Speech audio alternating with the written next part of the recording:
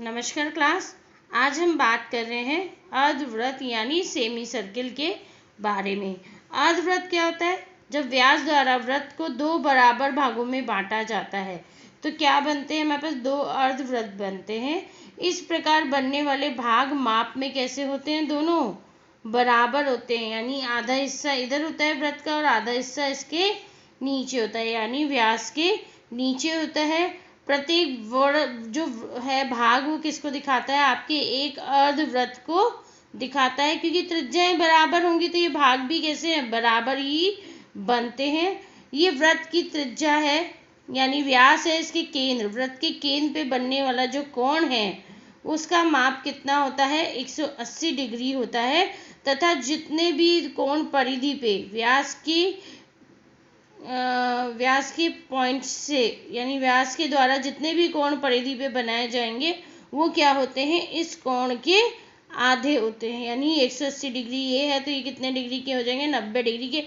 चाहे यहाँ कोण बनाइए, चाहे यहाँ बनाइए, चाहे यहाँ बनाइए, चाहे इस पूरी परिधि पे व्यास के द्वारा अंतरित जो भी कोण होगा वो क्या होगा? 180 डिग्री का आधा। तो इसके द्वारा दो बातें हमारी सिद्ध होती हैं कि वृत्त के केंद्र पे बनने वाला जो कोण होता है वो परिधि पे बनने वाले कोण का क्या होता है? दुगना होता है। और वृत्त की परिधि पे जितना भी कोण बनता है वो क्या होता है? आपका परिधि पे बनने वाला कोण वृत्त की जो केंद्र है उस पे बना हुए कोण का आधा होता है। अगर यहाँ 180 डिग्री तो यहाँ 90 बन रहा है। कई बार क्वेश्चन आ जाता है वृत्त के केंद्र पे कोई आपको, जैसे आपको 70 डिग्री का कोण दे दिया और उन्हीं चाप के द्वारा वृत्त की परिधि पे कोई कोण बना दिया गया, तो आपसे पूछा जाता है कि कितने डिग्री का कोण होगा। जब वृत्त के केंद्र पे अगर 70 डिग्री कोण बना रहा है वो, तो वहाँ पे ऊपर कितना बनाएगा? यानी उसका आधा 35 डिग्री बनाएगा। और कई बार ये भी पूछा जाता है कि अगर वृत्त की परिधि पे बनने वाला कोण 80 डिग्री का है तो उस पे कितना डिग्री कोण बनेगा केंद्र के ऊपर? तो हमको पता है कि जो वृत्त की परिधि होती है उस पे जो कोण बनता है वो केंद्र का कोण का आधा होता है। तो केंद्र पे बनने वाला कोण दुगना होगा, यानी 80 डिग्री का कोण है तो 160 डिग्री कोण केंद्र पर बनेगा। अब हम बात करते हैं वृत्त की अर्धवृत्त की परिधि। हमने वृत्त की परिधि पढ़ी थी। वृत्त की परिधि का सूत्र हमारे पास होता है 2πr होता है ना। तो अर्धवृत्त क्या होता है? आधा वृत्त ही तो होता है। आप कह सकते हैं 2πr/2, लेकिन नहीं, वृत्त की परिधि में ये दोनों त्रिज्याएं भी जुड़ जाती है। परिधि क्या होता है? चारों ओर की दूरी होती है हमारी। तो अर्धवृत्त में ये चीज और जुड़ जाती है, यानी अर्धवृत्त की जो परिधि होती है वो वृत्त की परिधि का आधा तथा दोनों त्रिज्याओं या व्यास के योग के बराबर होती है।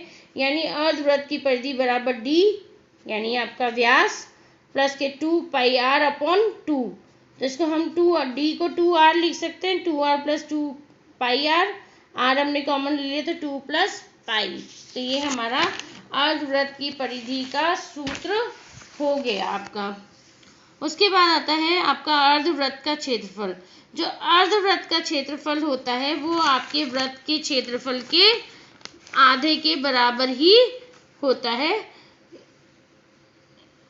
और जो हमारा जैसे अर्धवृत्त का क्षेत्रफल है इसको कैसे लिख सकते हैं? वृत्त का क्षेत्रफल अपॉन 2, यानी πr²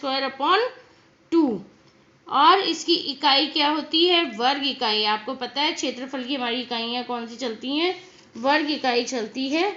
आपको एक दे रखा है अर्धवृत्त की त्रिज्या 7 सेंटीमीटर है तो उसकी परिधि व क्षेत्रफल ज्ञात कीजिए।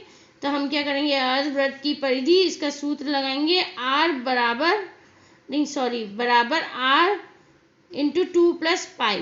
r कितना है? 7 सेंटीमीटर और 2 प्लस के 22/7। हमको यहाँ नीचे 7 कॉमन ले लिया तो इसको 2 से गुणा करेंगे तो 14 प्लस के 22/7। 7 से ये 7 कट जाएगा और 14 + 22 कितने हो जाते हैं? 36। तो यहाँ हमारा आंसर आ जाएगा परिधि में 36 सेंटीमीटर। इसी प्रकार अर्धवृत्त का जो क्षेत्रफल होता है वो πr²/2 होता है, यानी 22/7 गुणा r²। r 7 है तो 7 × 7 बटा में 2। 2 से 22 गया 11 बार और 7 से गया एक बार 7 बार, तो 11 × 7 = 77 सेंटीमीटर। इसका क्या आ गया आपके पास? क्षेत्रफल। अब आपको देखा है अर्धवृत्त की परिधि 20.56 मीटर है, तो उसकी त्रिज्या आपको ज्ञात करनी है। हमें वृत्त की परिधि दी है 20.56 और हमें क्या ज्ञात करनी है, त्रिज्या ज्ञात करनी है। इसमें दे रखा है त्रिज्या का, हमने परिधि का सूत्र लगा दिया r/2 + पाई, तो इसको किसके बराबर लिख दिया 20.56। r को यहीं छोड़ देंगे क्योंकि हमें r निकालना है।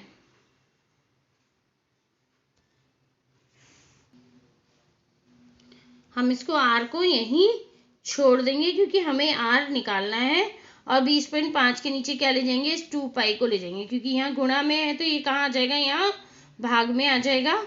अब हो जाएगा 20.56 बटा में 2 + के 22/7, इसको नीचे सॉल्व कर लेंगे, 7 नीचे आ जाएगा, 14 + 22/7। फिर हमने यहाँ पे करा, ये 7 को हम कहाँ ले जाएंगे, ऊपर, तो यहाँ आ जाएगा ये 20.56 इंटू 7 बटा, ये दोनों मिला के कितने हो जाएंगे, 36 इंटू 36 हो जाएंगे। हमने यहाँ से 2 पॉइंट हटाए तो यहाँ क्या लग जाएगा 100। जब इसको सॉल्व करेंगे हम 2 से, तो ये 514 बार जाएगा और ये 9 बार जाएगा। हम इसको गुणा कर लेंगे, 3598 बटा 900 आ जाएगा। हमारा को भाग दे देंगे तो हमारा आंसर आएगा 3.997, लेकिन हमें 2 पॉइंट तक ही आंसर लेना होता है, इसलिए 3.98 हमारा क्या आ जाएगा, इसकी त्रिज्या आ जाएगी सेंटीमीटर में। ठीक है, इतना समझ में आया। आज आपका होमवर्क है ये क्वेश्चंस, और आपको होमवर्क करना है, और अगर कुछ समझ में नहीं आए तो आप मेरे से पूछ सकते हैं, आप मेरे को कॉल भी कर सकते हैं, और मेरे से व्हाट्सएप पे भी आप पूछ सकते हैं। धन्यवाद।